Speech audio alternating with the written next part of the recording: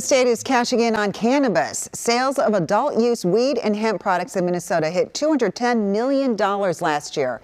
That brought in more than $27 million in tax revenue. More is likely to come as the legal market ramps up. But as Caroline Cummings reports, there are still some growing pains with going green. Minnesota's legal weed market is still a budding industry, even though lawmakers legalized it 3 years ago. But it's come a long way. As we get towards the end of the year, we will start to reach maybe closer to what we could imagine being a steady state or a mature market.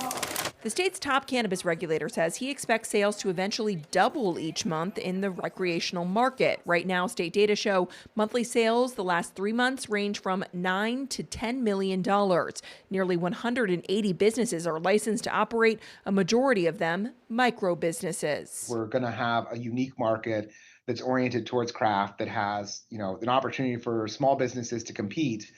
The challenge is that kind of intentional building of a market takes a little bit more time. Once they get through those last two steps. Cannabis champions at the Capitol agree that Minnesota's market was going to be a slow burn by design, but there have been some unanticipated hurdles, like not enough testing facilities in state to clear all cannabis products for safety. It's why lawmakers recently allowed out-of-state testing to continue for hemp-derived THC products, which have been around much longer, to relieve some of the supply chain pressure. And we didn't want to leave these businesses in a lurch to get in a really long line in the testing field right now, because all of the products would then have to go through in-state testing, cannabis and hemp included by that logic. So we wanted to make sure we extended that out as much as we could. DFL Representative Jess Hansen, who's worked on cannabis issues for years, says she hears the concerns about not having enough supply yet to stock dispensary shelves, but she isn't too worried about where things stand. And there's a lot of failure in this industry, and it's not by fault of any entity or one person or group or anything like that. It is a matter of a lot of folks learning how to